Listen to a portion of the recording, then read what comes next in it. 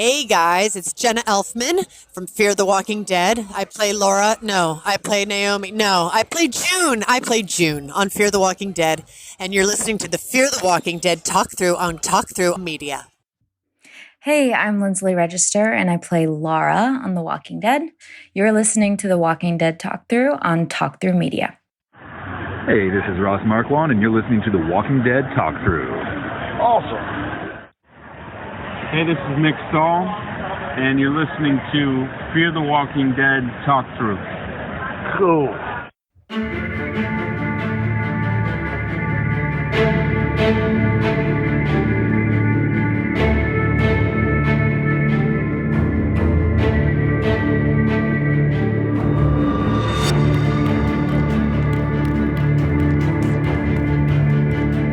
Hey survivors, welcome to episode 104 of Fear the Walking Dead Talk Through. I'm Kyle. And I'm LT. Yay! Survived another We're day. back. Yep. So we'll be covering Fear the Walking Dead Season 8, Episode 5, titled More Time Than You Know. But first, we did get some feedback about our last podcast and from Erin from the internet, so we will go on with that. And her comments start off in a quote. She says, "The old feared writing team crept up slowly and dragged defeat from the jaws of victory." End quote. And rolling smiley faces. That was a suspenseful roller coaster ride, LT, and hilarious as always. You definitely have to watch drinking while listening to this podcast due to one Lawrence Todd. Hey, I'm just as funny sober as you are drunk. Next, she says, "As good as this episode was, I agree with Mike. Morgan could have stayed on the main show. That's at least 3 years of my favorite spinoff for The Walking Dead I could get back. Maybe Gimple still screws Kim Dickens. Boo. But maybe in the alternate, no Lenny on Fear Season 4, and on we get more Alicia until Madison returns, so there's that. We'll never know. Again, credit to this Morgan for being good, but I'm not going to hold my breath. King County is the Morgan we keep for the rest of the series. I'll be shocked if he's good for the rest of the time." Yeah, as we see this episode. Well, I mean, no, take that back. Well, Anyways, it was. Anyways, she goes on. "I agree. Overall, the actors have never been the problem with this series. Totally agree. Mm-hmm.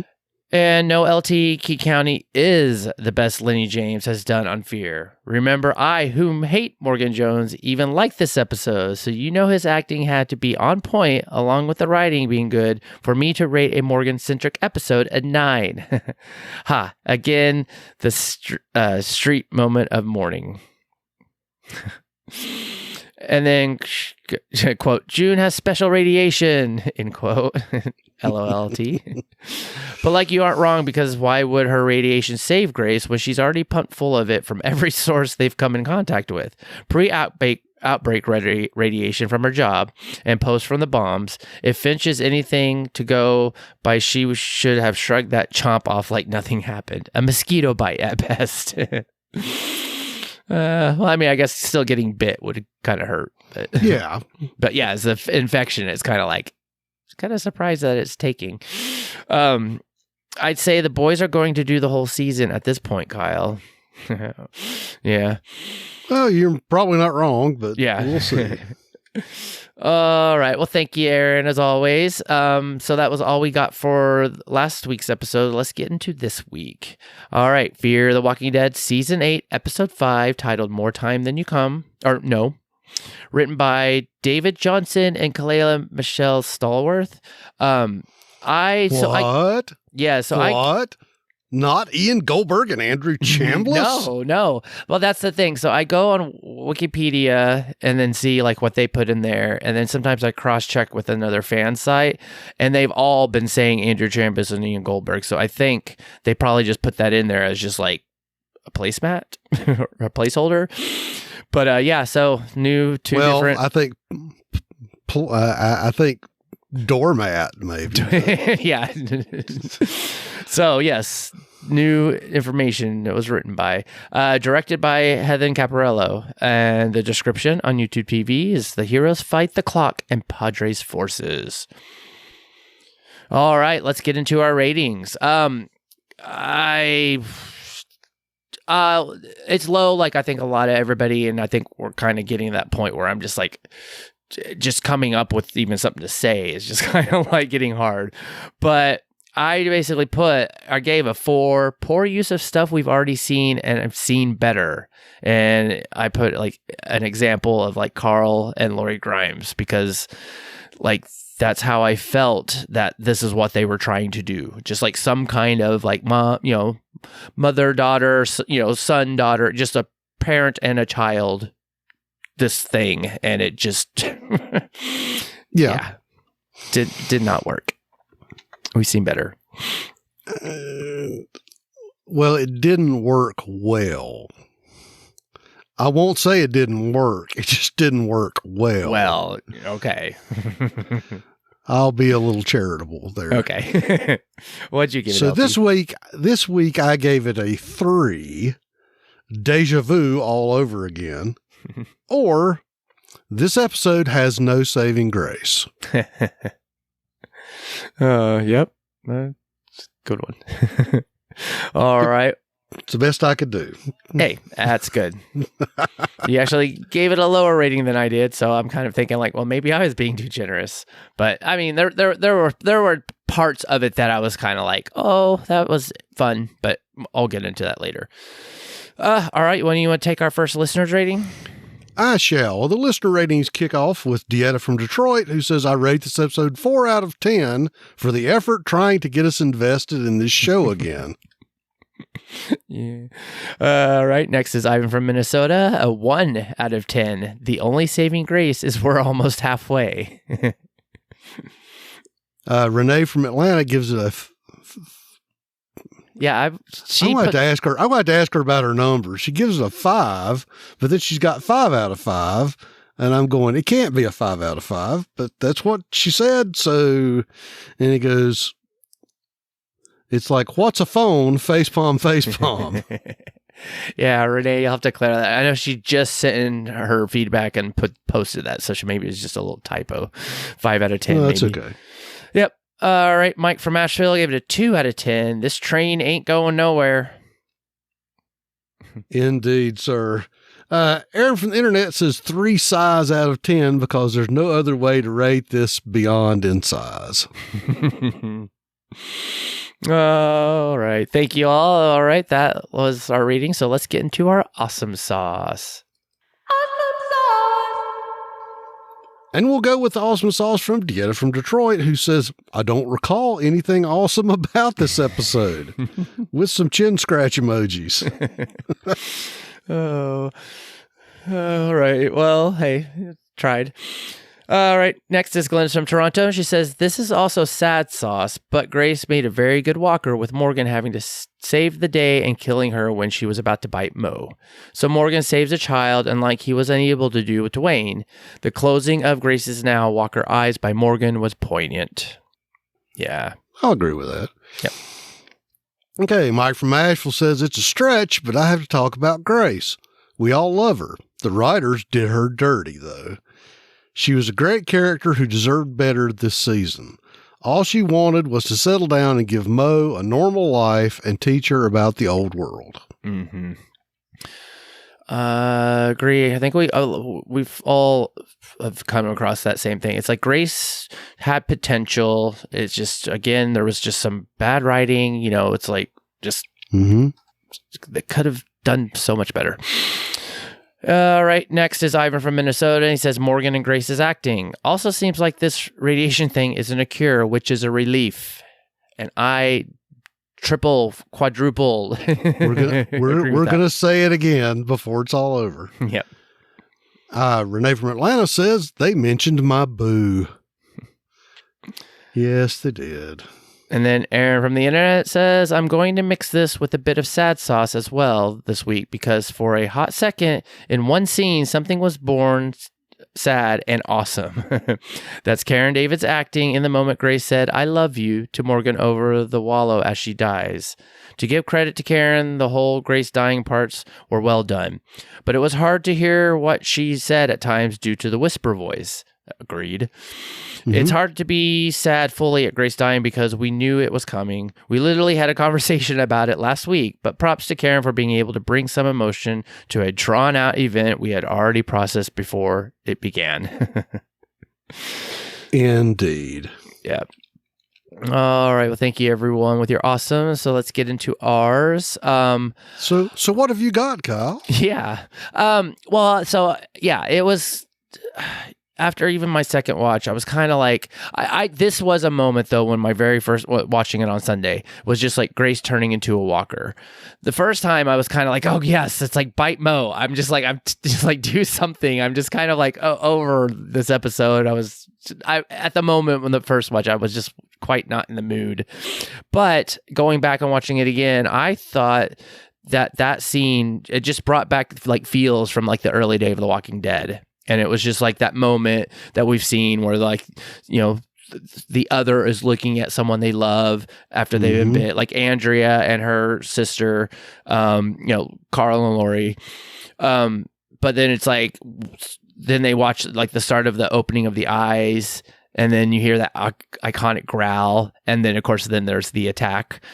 So I was happy that they made that scene between Mo and Grace. Like, I said so violent, but just like it was very kind of brutal. It was not like this like little child play, like, oh hey mom, you're scaring me. Like, yeah, Grace Walker attacked Mo like bad. So I don't know. I enjoy that moment because it was like I just felt like I could feel some real emotions. It was like I felt Mo like being scared. I just felt me being scared. It was just like that. It just brought back all those feelings that we are so used to from Walking Dead proper. Yep. I kind of thought it was just too bad that Mo didn't get bit by her mom, just for her to go through the radiation treatment that we now know doesn't work. But anyways, I won't say the rest of it. It was just, that's not awesome. Well, I know. That's why it's like, I'll just stop it there. I wrote some more stuff, but I was just being facetious. That was a good scene. That felt very Walking Dead. And so I did enjoy that. I'm glad that they took it that direction. Well, and the fact that you got to see, when her eyes opened, you could tell that she had the contacts in, and it was, we haven't gotten many good zombie turns in Fear in a long time. Yeah, no, agreed. That was definitely. So while I wasn't real happy it was her, I was happy it was her because she did it well. Yeah, totally agree. So it made it awesome. Yep. The next was that there is no cure. I'm just so glad that they just kind of basically did not try to go there. That it was like, I guess I didn't put anything really in my sad sauce because a lot of people kind of had the same stuff. But, it's like, yeah, don't make this a thing. It is sad that Dwight Jr. is probably most likely going to die. So we'll go through all that. But it's just like, okay, hey, good, June, you tried. But, And the fact now he's going to die in Grace's love shack. Yeah. Yeah.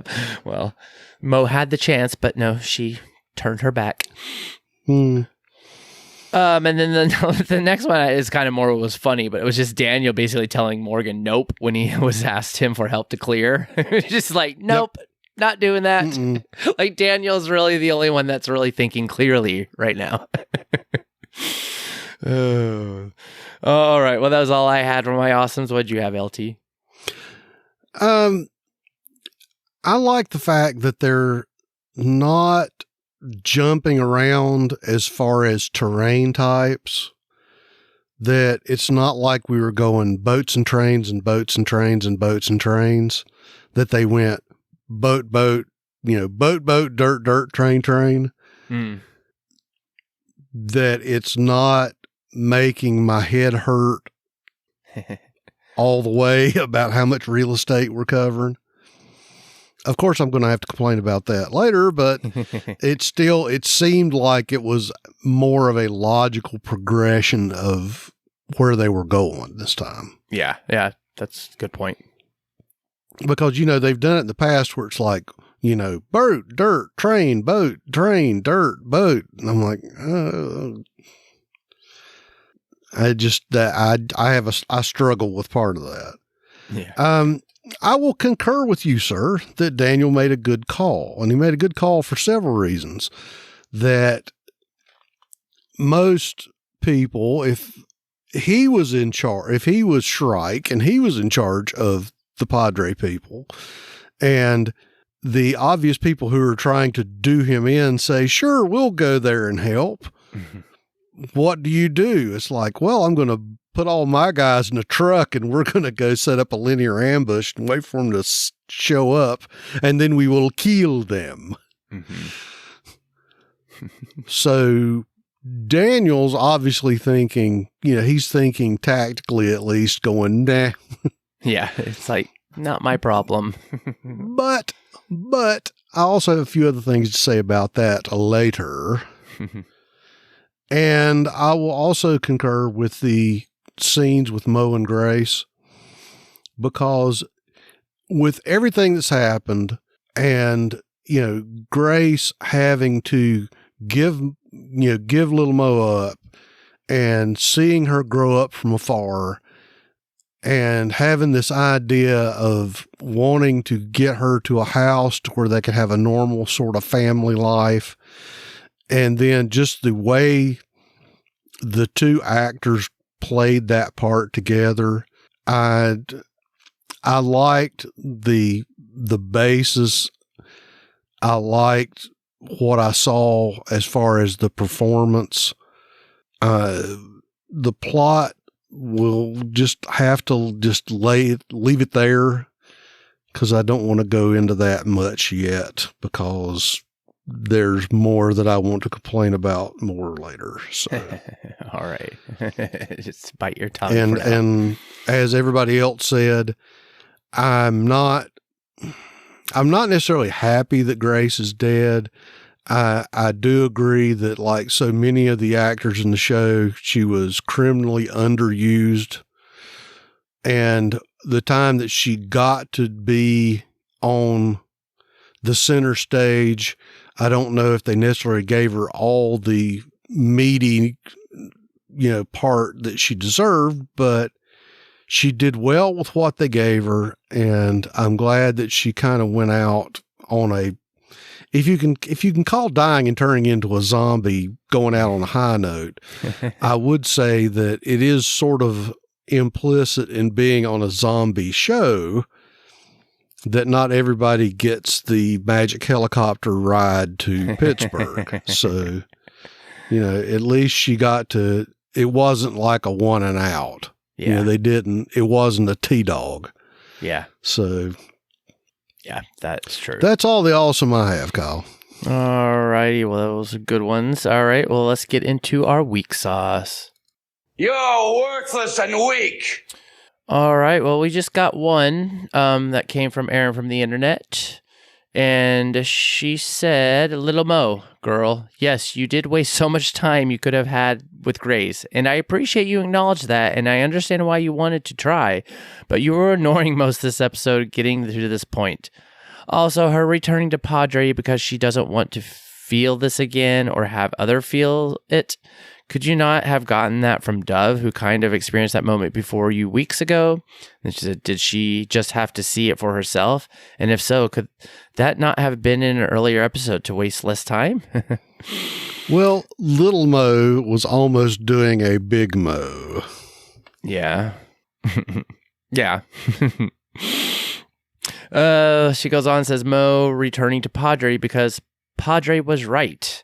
Just feels like the whole season has again been a waste of time so far because we are right back to where we started now, essentially, except Grace is dead.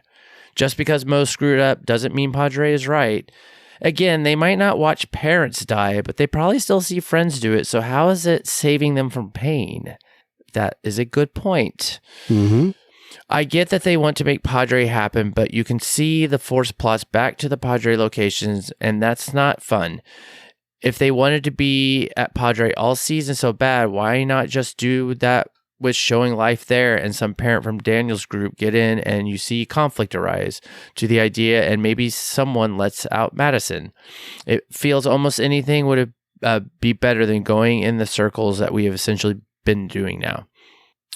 Agreed. That whole turn, even with after the scene that Little Mo had with Dove to get to the train car, just like, to me, was just like made no sense. It was just like, first she's like telling Dove that like, oh, hey, do you basically want to deny me to like spend the rest of the time with my mom whenever you know, already lost your mom or whatever? And it's just like, right.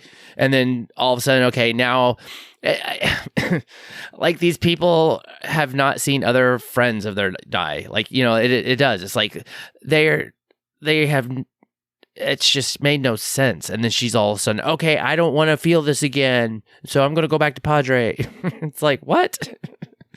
Okay. Yeah, it makes zero sense. Yeah. All right. Well, thank you, Aaron. All right. Well, that goes into our own week sauce. I obviously had quite a few here, so it's more like points like no one kills anyone anymore. I mean, I guess there's like the no names, because I know what, like Morgan shot some of those Padre boat people or whatever to get the boat. So I mean, there's that, but it's like, but you can't kill like Shrek, like, or Strike when you have like basically all the opportunity in the world. Or like, why you kill other guards, but why didn't you kill the two guards that like were holding you back, you know? Yeah, from Mo. Like, you could have you just beat them on the head with your little like 2x4. It's like, come on.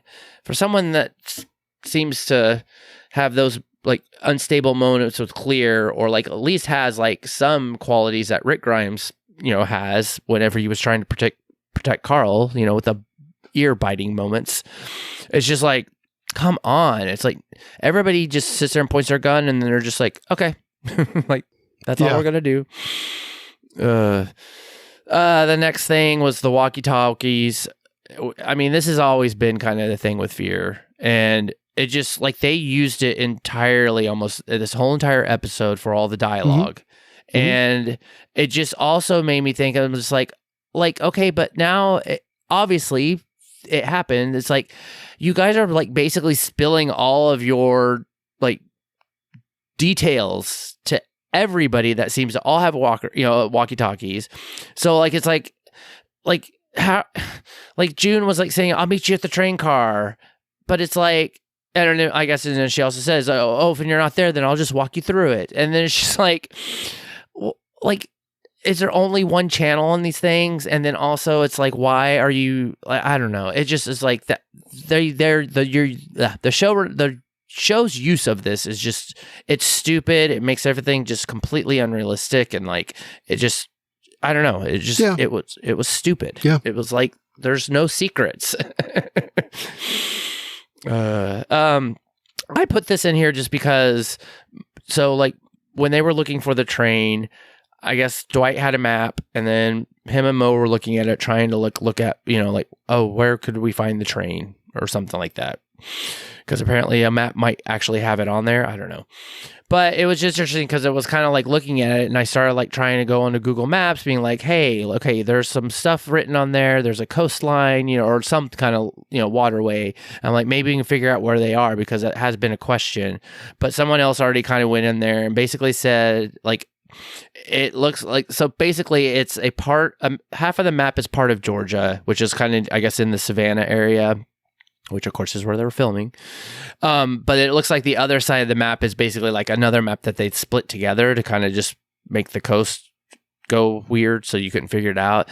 So it would just put it in the question. It's like, okay, where is Padre? Well, Padre seems to be in and around this Savannah-ish area.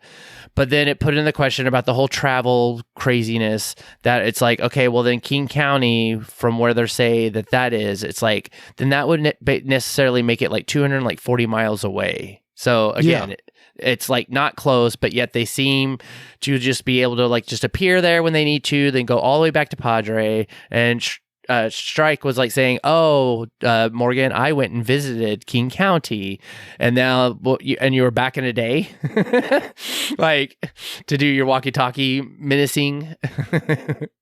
That's a lot of driving. Yeah, and that's a lot of driving now. Yeah, no, I think they were saying it's like even on foot, it's like 74 hours. So it's like their time and distance and just all this stuff. It's like, okay, so between each of these interactions, has it been like 3 weeks basically? You know? Oh, I don't know. It's just, yeah. Anyways, I kind of want to bring that up because I know that's been a question that we've been always talking about. So it's like that's where Padre is in that area. Yeah. And also it's like week is just like none of these Padre kids, like these prefects or whatever, like guards, like are even remotely scary, like at all. It's like, and it's also, it feels like that our own characters, like they just got like all of their like feels ripped out of them that they used to have from like back in like season 4, 5, and 6, where it's like they were much more like we're fighting for everything and we're going to take people on and we're not holding back and this and that, to now it's all like, oh my gosh, you guys like basically like have little moments of like kumbaya to be like, okay, well maybe we should just talk about this and like or like share our feelings and then blah blah blah. I don't know. They were far fightier earlier on. Yeah, so I mean it's making this all boring because it's just so basically predictable that like, yeah, Morgan's not going to get away from the guards, he's not going to hit or hurt Strike or whatever, so it's like, yeah, it's just silly. Shrike. Kyle. Shrike. I'll call her whatever I want until she dies, and then I'll call her the right name. And then I just kind of also it was weak that the showrunners were trying to pull some Carl and Lori moments, and I was just it just went wrong. It just didn't work because I felt like as viewers, I felt like we've just basically met Mo.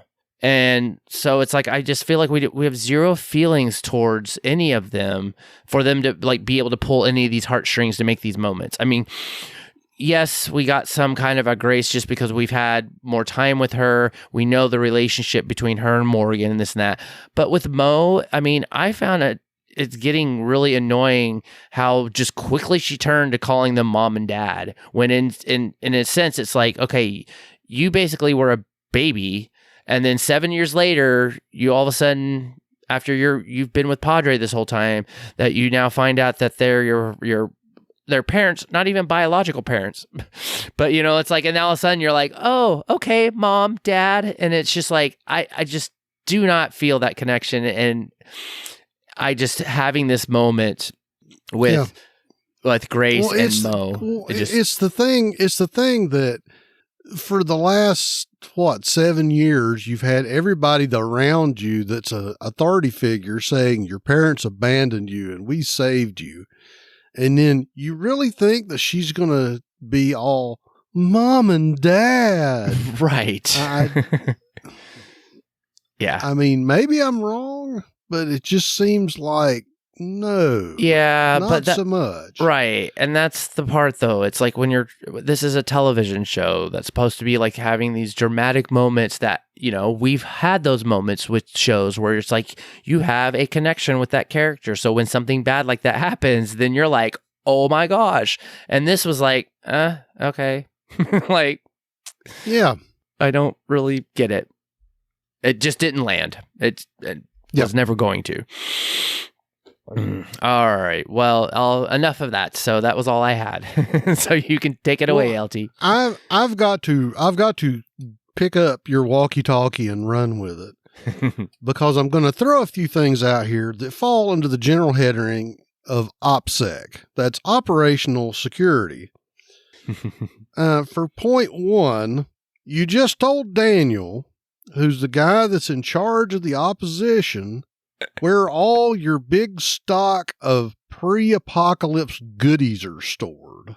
Now, while he may have noped out about helping you clear things out, I think that he would probably take it as a prime opportunity to help himself.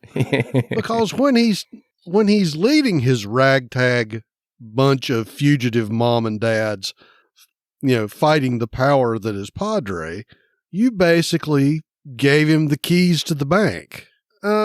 Along those lines, and it's like you said, change the channel. You've got lots of channels. Use another one. If you know that the Padre people are using, channel 1, then use channel 3. Mm-hmm. Once upon a time, I was taking a group to a large function. I want to say it was some Boy Scout thing. And each group of guys that I had one of those family channel radios. And the idea was you call, if you don't receive an answer from one of us, or if there's a lot of chatter on that channel, it was up to. So every time you change channels, you just go up 2 clicks. So they could do the same thing. They could say, okay, up 3. Mm-hmm. Mm-hmm. So if you listen for a while and the chatty Padre people are on channel 1, you go to channel 4. It's just a matter of training and picking your plan. And all this time, like you said, when June was talking to Morgan, the good guys say, okay, we go, scribble it down on a napkin or a wrapper or something and say, if it's before noon, use this channel. If it's afternoon, use this channel. If it's after sunset, use this channel. Something simple so that at least if somebody's trying to listen to you, they have to dig. Right. And another point about this whole operational security thing. Okay. So you're still using all those fruity ass bird names on everybody, except when you don't. But yet you didn't listen to anybody who had ever been in the military, like your dad maybe, and you're broadcasting everything in the open, in the clear, and uncoded. And if there are any vets in the audience, you know what I'm talking about. Even if it was simple, you had a little scribbled book and you make a matrix or you make a set of codes and you give, simple codes to locations and just something so that it's not, hello, woodpecker, I'm going to the train car. So if someone is listening, they don't know exactly where you're going. Again, kills me every time. Like you said, we're back to Rhode Island, Georgia now. We were in Rhode Island, Texas, and now we're in Rhode Island, Georgia. And I would say even worse, we're in, Stargate disjointed Rhode Island, Georgia. Because not only is everything too close together, it's in the wrong place. It's just amazing. Now, I do have another question for you, Kyle. So, is Grace the only person that works on radios for Padre? Apparently. That way, it must be. Because why would you build your love shack in the relay shed? When theoretically, if this is an important part of your comm system, then someone else may wander by to check on the batteries or the solar panels or whatever you've got to provide juice for all of your comms gear. It just seems like, well, that's not a real secret place to build your house with the thought that somebody's going to stop by and go, hey, somebody's making a house here. Yeah, I mean, that also is was it super far away? Yeah. It seemed like there was oh, here's the coordinates. So it's okay, did she build? At least they did this. And I have to give them partial credit for the fact that if they had a relay shed, then that's obviously why the walkies work so well. Mm-hmm. But considering they've gotten away with this trope for so long without ever throwing that out there, and then the other part of it is, obviously, did I miss it, or did Grace spill the beans about where she had built said love shack? Because obviously Dwight and Sherry knew where it was at, and they went straight to it. Yeah, the only thing she had was like she had coordinates written on a piece of paper. So I don't know if that's how, maybe that was it. Yeah, maybe that was it. But it's still just kind of. Yeah, it was like, okay. And if they had coordinates on a paper, we know Dwight had a map, but that's still kind of awfully good map work there, Dwight.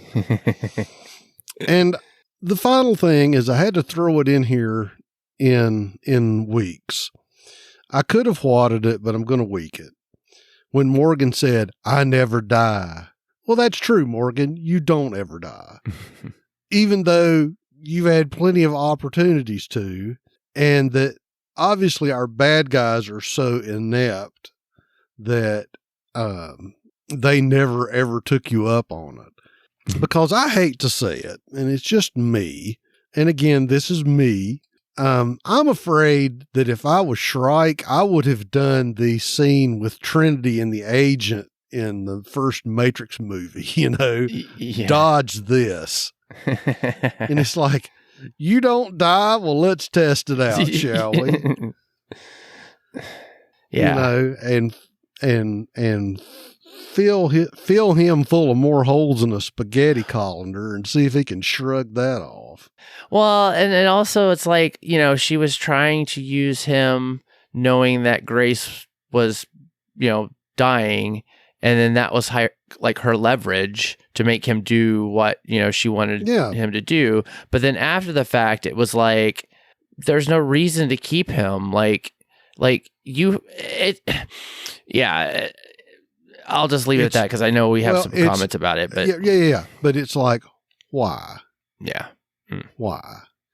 And I have some what's not about that as much as the circumstances of that. But those are all the weeks that I have for now. All right. Well, then let's get into some more fun stuff. The what sauce. What? And, of course, kicking off the what sauce is Dieta from Detroit. And she says, what sauce? So Dwight and Sherry's son is now having symptoms of the virus again after his initial radiation treatment to cure him. June says that they can try another dose, but higher levels of radiation to put him back in bite remission. And she's got some shocked face and looks like either I don't know. Like Brian said, we need an emojiologist. Yeah, I don't know if it's not eye rolling, but just kind of like a goofy face.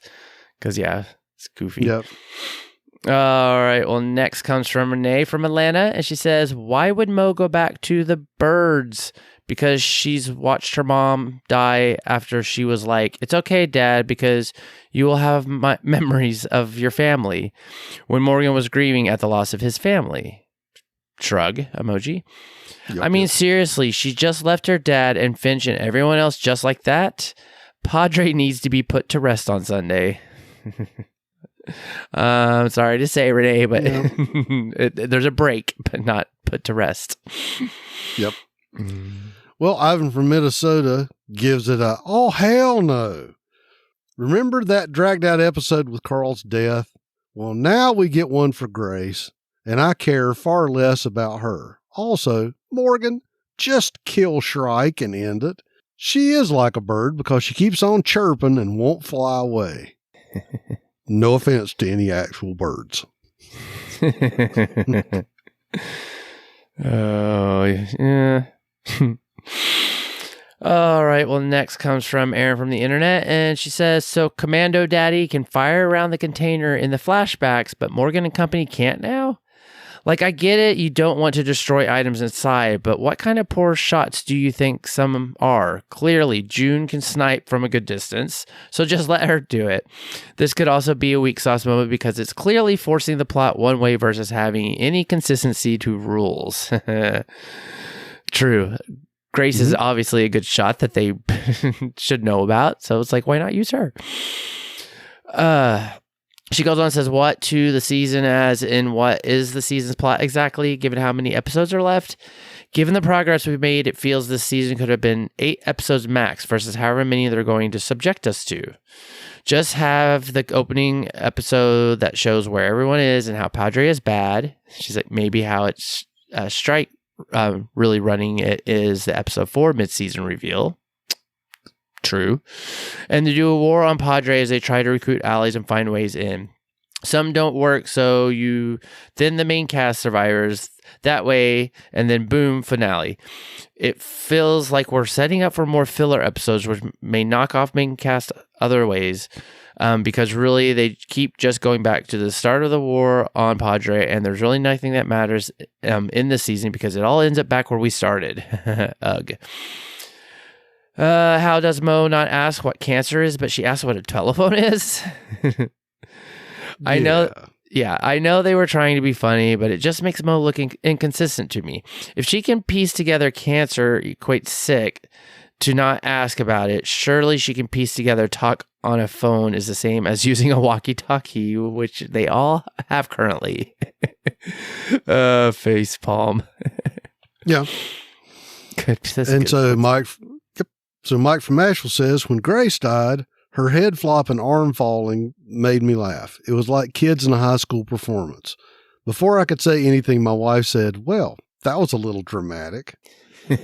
Morgan screaming, I can't die. Yes, we know. A little too on the nose, writers.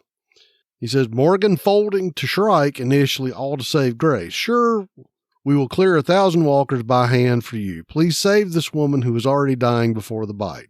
Even Daniel checked out. He knows what's up. Yeah, exactly. Daniel's like, you just told me where all your stuff is. You guys are going to show up and it's all going to be cleaned out. It's like, thanks for the info. It's like, do I want to kill him for you? No.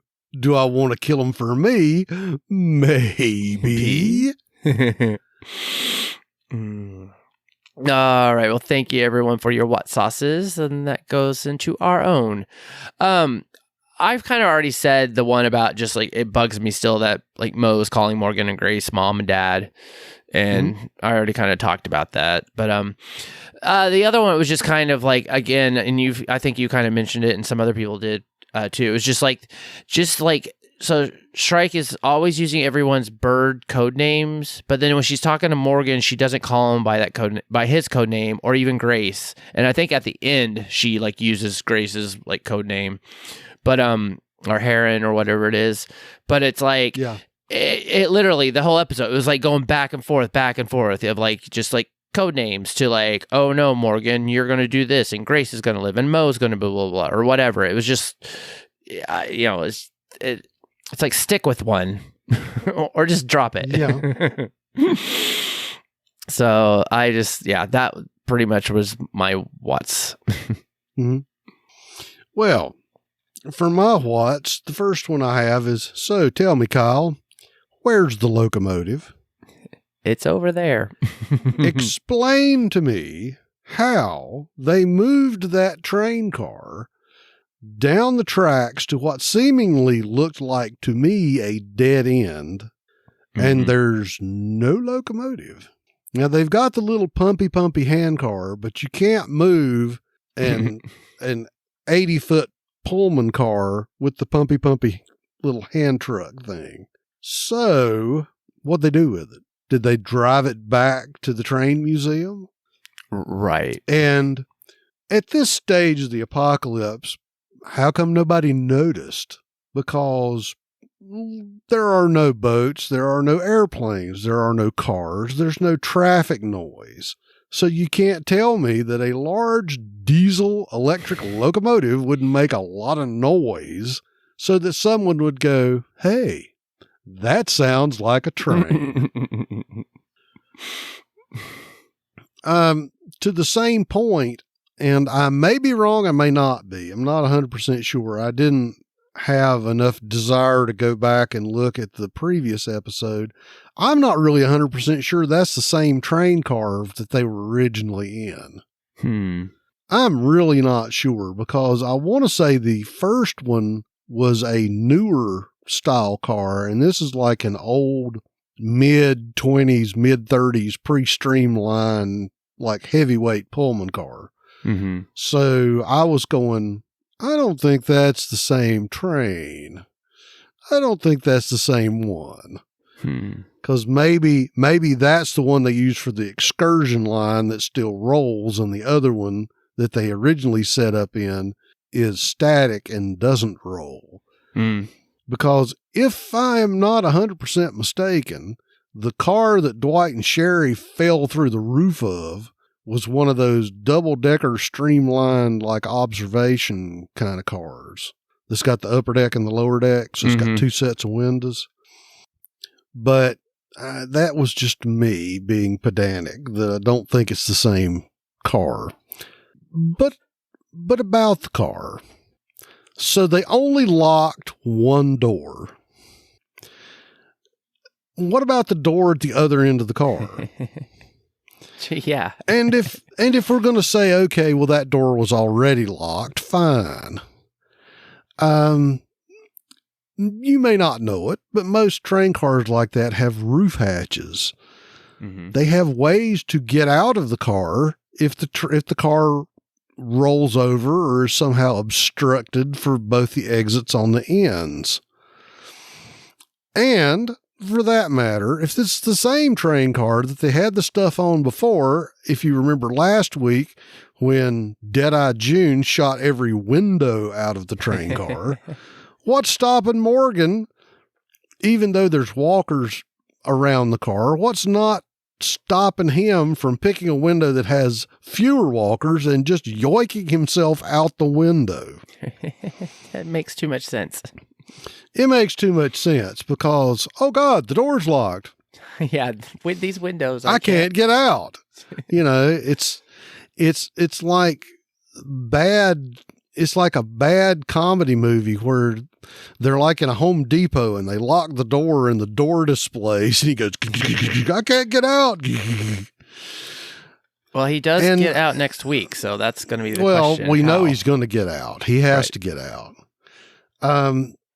And the comment that you had sort of alluded to is, it seems like to me that for all the training and all the stuff that they've had going in Padre, the Padre troopies are sort of like a cross between the ragmen that were in Alicia's army during the radiation, because they all wear, you know, some kind of cloth over their face, and stormtroopers, because they obviously can't shoot straight and they can't fight very well.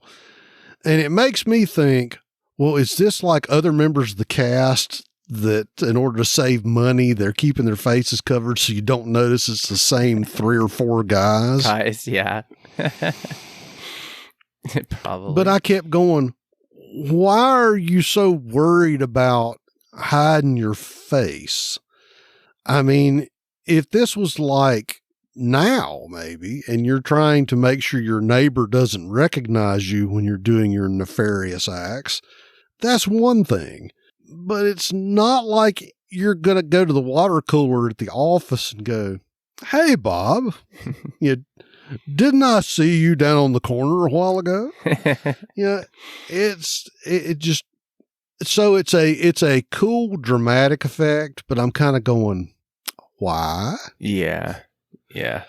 And obviously Shrike's not worried that anybody will recognize her, because, her and her little boofy Bob are not wearing anything on her face. So it kind of makes me think that, this is a cost-cutting measure so that nobody recognizes the extras.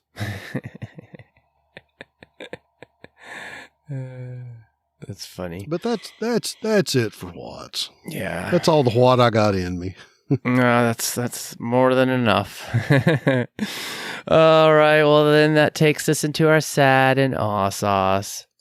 Well, we'll kick off our sad sauce with Dieta from Detroit, who says, Grace dying after the bite, even after the experimental radiation treatment, which we all should have known it wasn't going to work because it was her time to exit the show. But hey, it was worth a plot switch up trying to gain some momentum with the whole radiation killing the virus plot. And I would still say, see Kyle's comment from earlier, there is no cure. Right.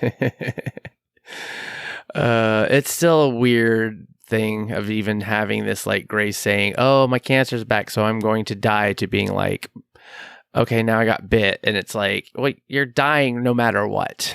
So Yeah, it's like, it just seemed, it's like, why have brought that up? That could have been a point to use when Grace and Morgan were having a moment, being like, oh, and by the way, I like, Right, don't save me because I have cancer. So it's like, yeah, you could have said it. That would have been your tearjerker moment for her to take him aside and say, look, I know you're trying. I know you love me and you want to keep me around, but I've got cancer and I'm going to die. Yeah. Like, I'm going to die anyways. Like, this is not, you know, and Yeah. like, but, oh, I guess I should be a writer on this show. Yeah, one would think. All right. Well, thank you, Dieta. All right. Next comes Ivan from Minnesota. And he says, even though I've never cared for Grace, the actress gave it her all. And so I did feel the slightest bit of sadness. Aw. Yeah, indeed. So Glenn from Toronto says, that was sad to lose Grace, and the whisper of Tyrese's end in The Walking Dead Season 5, Episode 9, What Happened and What's Going On, showing from Grace's perspective the trees and the scenery flashing past of what she was seeing when Morgan and Mo were moving her from the boat to the truck to the canoe to the train cart, like Tyrese did when Rick and company carried him from that housing complex to the car. Yeah, the showrunners. Good call. Definitely good call, Glennis. Yeah, no, for sure. It's like, and obviously we can see where the showrunners are trying to pull ideas from, not their own. Renee from Atlanta says, aw, Grace, and then 2 little crying emojis. Yep. And then Mike from Asheville says, all Grace wanted was to spend the remaining time she had with her family. She asked to be taken to the shelter. She knew there was no saving her. Mo ignored her and wasted time. Way to go, Mo. It's all Mo's fault. Oh, goodness. All right. Well, thank you, everyone, for your sad and aw sauce. And that goes into ours. I didn't add any because, Grace, it was sad to lose Grace because it's kind of sad just to lose our characters anyways. Yep. But, yeah, I'll just leave it at that. Yep. Well, and I had 3. I said, obviously, Dwight Jr. has used up all his spunky. That, there he was doing good, and then now all of a sudden he is all feverish and inflamed. And I understand that they had to do it, but it was just like, I'm great. I'm not great, Mom. And so that, once again, I'll have to take up for Dwight and Sherry that obviously you have to make Dwight and Sherry suffer. So, right. I think that I had some sad sauce for the scenes with Mo and Grace. Yes, I understand it was kind of forced. I understand that whole thing was kind of contrived, and, Grace had good intentions and Mo was trying to save her mom.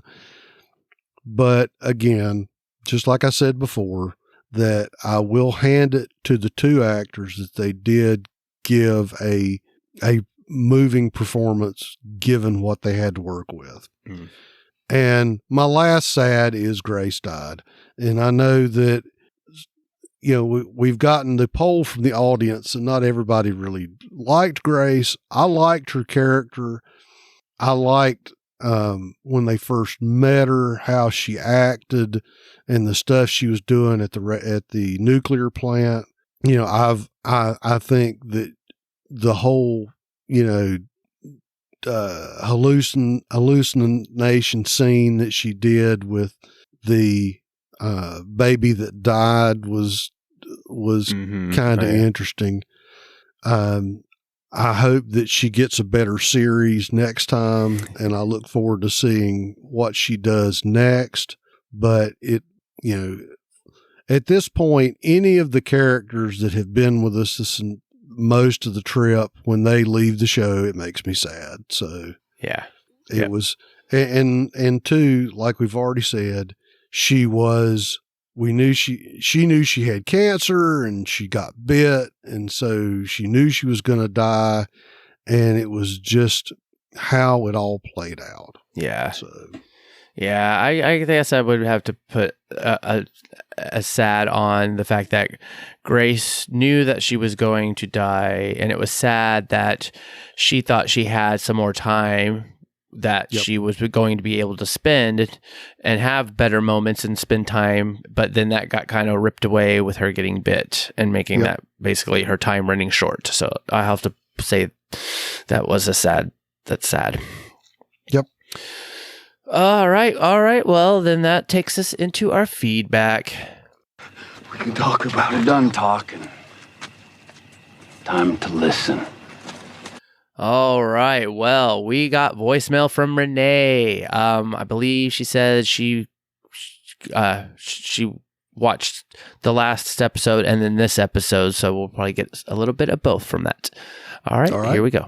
Hi guys, this is Renee from Fairburn. I'm calling in about Fear. I really hope this is not too late because it's like 7:20, but I just watched last week and this week on yesterday. I was in Savannah. I went to Myrtle Beach first, and then I went back to Savannah.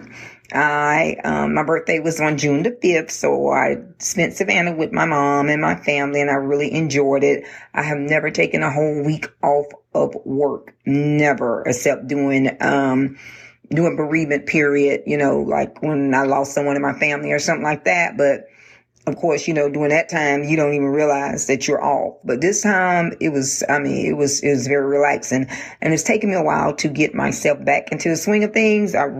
Truthfully, I really haven't got all the way back to myself. And, but like I said, I'm not enjoying the Padre storyline, but I am enjoying the family storyline because I believe I'm really big on family. Family is very important to me, and I feel like Shrek. I cannot say her name. The bird. I don't like the lady. Her afro look a mess. It's like she went from looking like Pippi Longstockings to James Baldwin. They need to do something about her afro. And I know you guys I'm always talking about hair, but that's what I do for a living. So quite naturally, I'm going to notice stuff like that. And I don't like her little teeny afro. And no, that is not a bob. That is a fro. A teeny weeny, a TWA, teeny weeny afro. Nothing about that is a bob. I think, I don't know if I don't know which one of y'all said it, but someone said it was a bob. It's not. It look a mess. But again, I like the family aspect. I like with Mo and Grace and Morgan. I was really sad to see Grace leave, but I do realize that this is the Walking Dead franchise, and that we're dealing with zombies, so somebody had to die. Now, had it been Morgan, I would have been really pissed off because I love Morgan. Morgan looks very handsome to me with his gray beard. I had to throw that out there. And I was super excited when he mentioned Rick Grimes. And then when Grace was like, Rick gave you that gun or whatever, just to hear his name. I just want Rick back. I really do. I'll be happy when, they start showing some previews of that. I saw the one with Daryl and the one with Negan and Maggie is coming out Sunday. It looks like it's going to be really good. It really is. But like I said, with Padre, this storyline, I just don't like it. The family part, yeah, because I'm not understanding how June, Daniel, Padre, everybody's just running around, just doing whatever they want to do when they could have take them out. Like Morgan said, I don't die. We don't die. Our team do not die. Had Rick been there, they would have been. It's like, seriously, I need y'all to end the storyline. Please don't let Fear go out with mess, because I don't really understand, because them little kids, Like Morgan said when he was running through the woods, I forgot what he said, don't mess with me or something, whatever he was screaming. Morgan do not play. Like Morgan would take that stick and go through you like you're nothing. But so I don't understand. Again, and what I really don't understand is how everybody just all over the place. So June, everybody just got away and they just let them run away and do what the heck they want to do. I don't get it. But I took some videos and I was going to post them on the Facebook group, if that's okay with you guys. I wanted to mention it to you guys before I post them to let me know when you all do the podcast that it's okay. Because I took a lot of pictures, videos when I was in Savannah of the malls and, different stuff like that. So, again, let me know if it's okay. And I will talk to you guys later. Oh, and I'm getting ready to do my feedback. I hope I got it in on time because, like I said, your girl is wore out. Okay, talk to you guys later. Bye. Yay! Thank you, Renee. She's the showcase winner this week, always, with her feedback. Definitely. If you have some videos that you want to share, pictures and stuff like that from your trip, you definitely put those, you can post those on the Facebook group.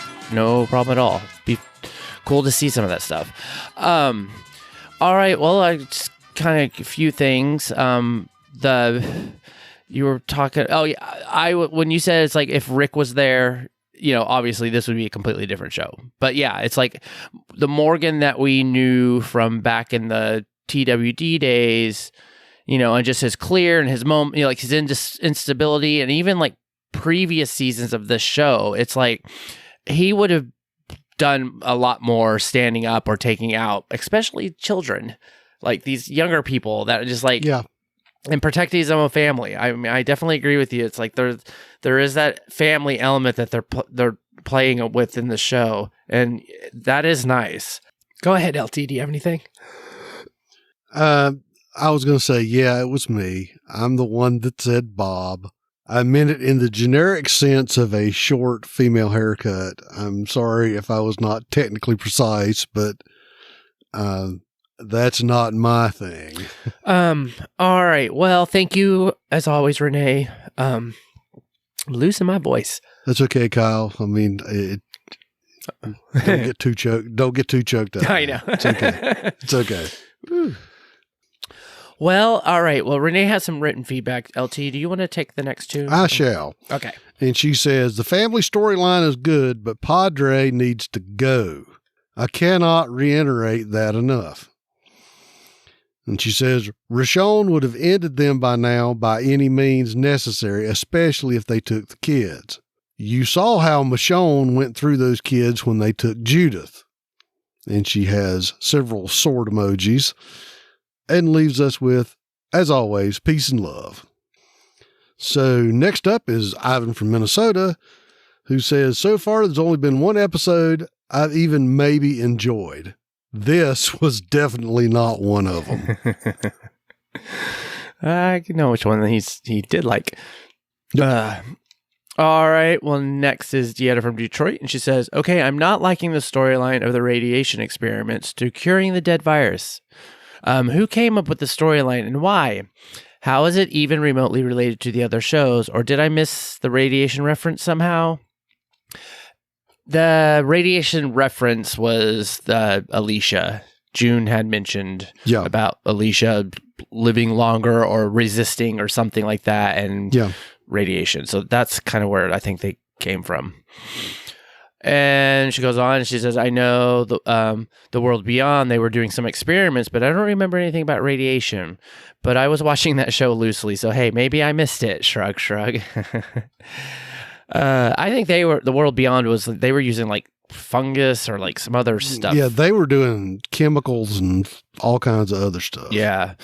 All right. She says, I'm just trying to see how they are going to connect the show to the other shows because I'm not seeing it right now. This episode didn't do much to move us closer to an answer. I'm not liking how they had Mo switch up and join Shrike because she doesn't want to feel the pain of losing a parent again after losing her mom, Grace, who she has only gotten to know about, a couple days, weeks? Or are we supposed to believe it's been months? ? Mm-hmm. Which brings me to my weak sauce, the whole narrative that Shrek or Shrike is spewing is weak. Because how do you avoid losing loved ones in an apocalypse? Correct me if I'm wrong, but what about losing people in Padre out fighting the dead or to natural causes, because people do drop dead? And if they are your friends or supposedly family, you will still feel hurt from the loss. So make it make sense. She's like, chin scratch. How is that different from losing a parent? It all hurts and it is a painful experience. So yeah, Mo saying she was going to help Shrike now is weak. Indeed. Yeah, good point. And so Mike from Asheville says, this was a filler episode if ever I've seen one. What a waste. The question still remains, where are we going?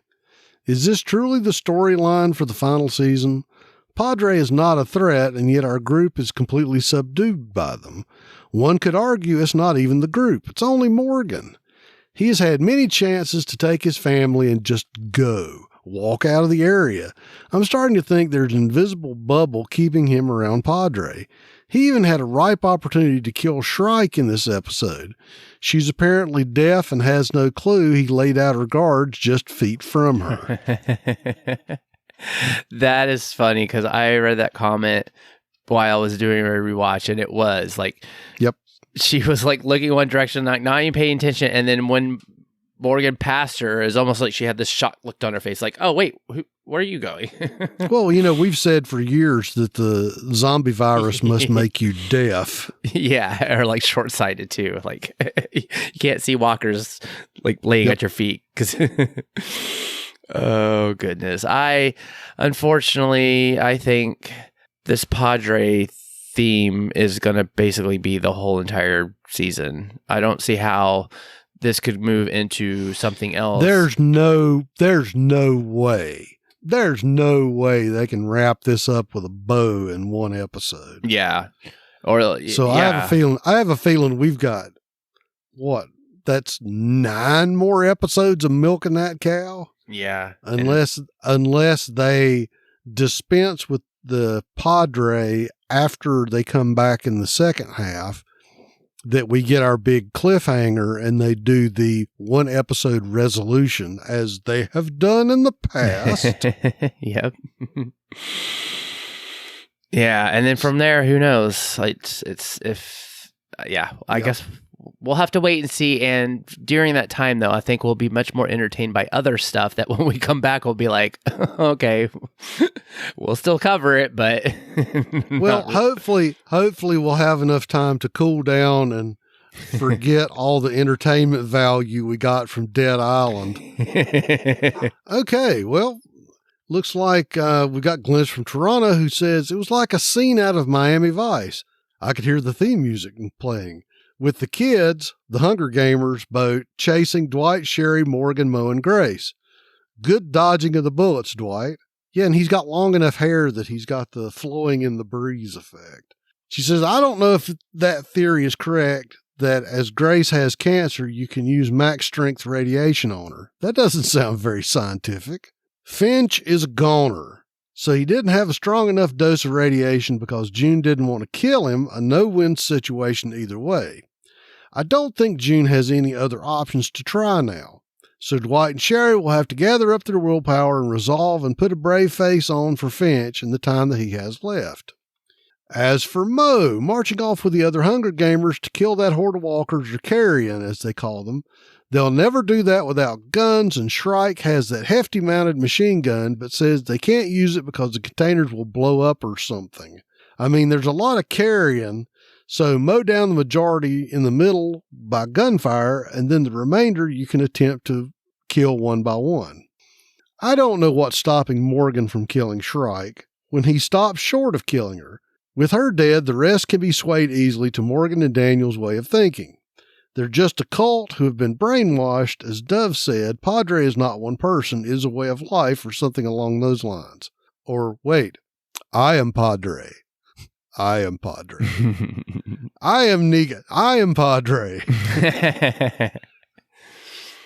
So the next episode, we wait for Morgan to get out of the locked train car and pick up that axe, dropped so conveniently by Shrike, and hopefully he uses it on Shrike to put an end to Padre. I don't think that's going to be the case.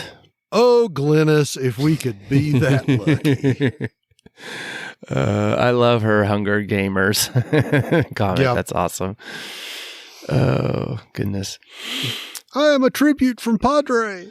I am a tribute from Padre.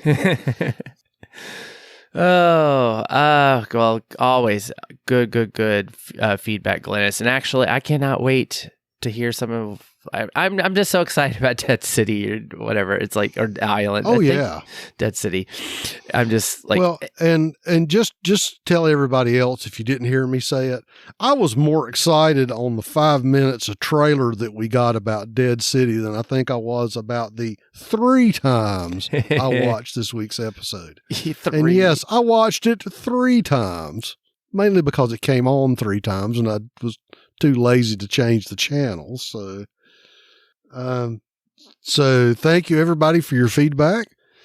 And as always, we appreciate it. And so since we're not going to parrot yet. No, that, and it's kind of been interesting, but we'll definitely kind of give a little quick rehash of that next week.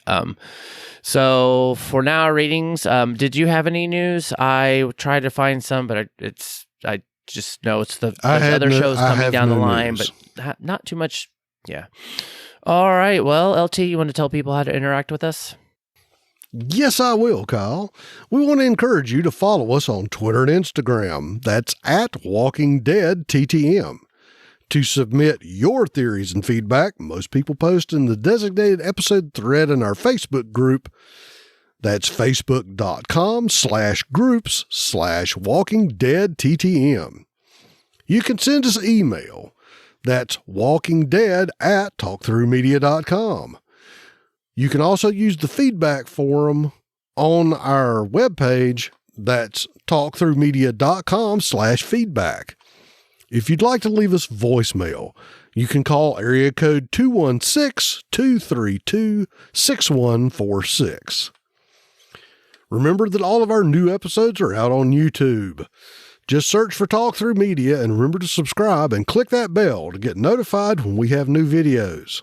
We also want you to like and review the Talk Through Media Facebook page at facebook.com/talkthroughmedia. Of course, the absolute best way you can support us is through our Patreon. That's www.patreon.com/walkingdeadtalkthrough. And we'd like to thank all of our Patreon supporters: Renee Murray, Deetta Patterson, Mike Rollo, me, and Kyle McAdams. Yay! Remember that Deetta, Renee, Mike, Kyle, and LT will both be getting an early version of the episode this week. I already got it. So did I. Subscribe to us on Apple Podcasts or the podcast client of your choice. While you're there, give us a rating or a review. You can also leave us a review at podchaser.com. You can rate individual episodes or the whole podcast. And remember to share our posts on Facebook and Twitter when we post them, or tell a friend. Word of mouth is the best way to get us new listeners. All right. Well, next episode of Fear the Walking Dead, season 8. Next episode. Ooh. Yes. Episode 6, the mid-season finale, titled All I See Is Red. Written by, and hopefully this doesn't change, but this is what I found, Nazreen Chowdhury and Justin Boyd. Directed by, there was not one that I could see. Description is Morgan fights his past as he and Madison race to stop Padre's expansion. Ooh. All right. Well, to something that I think we're more interested in. The Walking Dead, Dead City also airs on right after Fear. So this will be season 1, episode 1, titled Old Acquaintances, which we know who those are. Written by Eli Jorn and directed by Lauren Yaconelli. The description that I found on YouTube TV says Maggie finds Negan and they travel to Manhattan. A marshal named Armstrong follows Negan, meeting a quiet young girl named Jenny. Ooh. Jenny. So I don't know. I think I'll put this in here to just like, I think what we probably going to do, I know we talked about doing maybe like a call-in show or something like that, but I don't know if I'm going to be able to pull that off. But we're going to basically cover both shows, but I think with how most of us are feeling, we'll do the first part on Fear, and then just kind of like, if everybody's kind of like doesn't really have much to say, or we'll just, give our little feedbacks. We'll get through that. But I feel like we're going to want to spend more of our time on Dead City.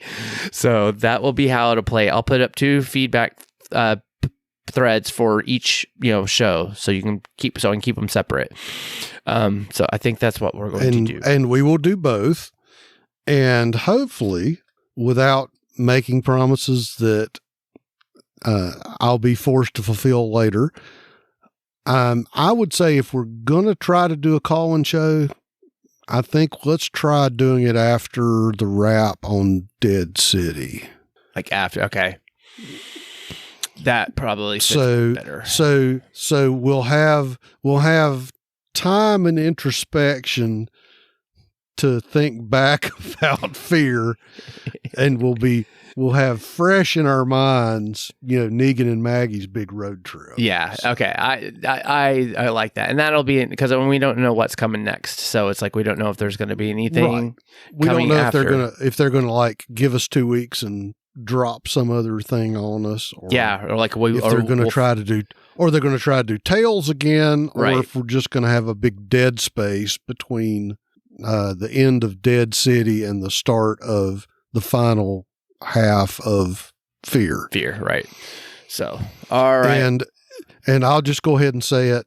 It's been interesting just for getting us back in the saddle, just because of real life things.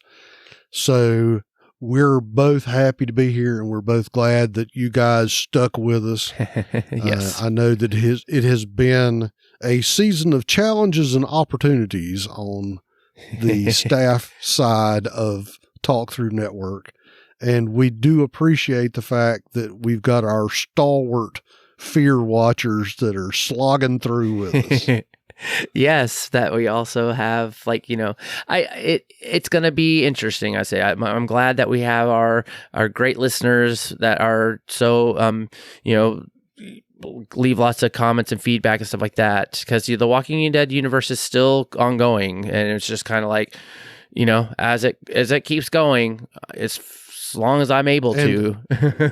And I realized that there are several other, there are other things you can listen to, and we appreciate the fact that you chose to listen to us, and that despite the fact that it is sometimes not the most fun thing in the world for us to watch the show, we're gonna stick to what's on the title card, and we're gonna slog on through with whatever Gimple and company decide to throw at us for Walking Dead. So yeah, we appreciate you guys joining us on this ride.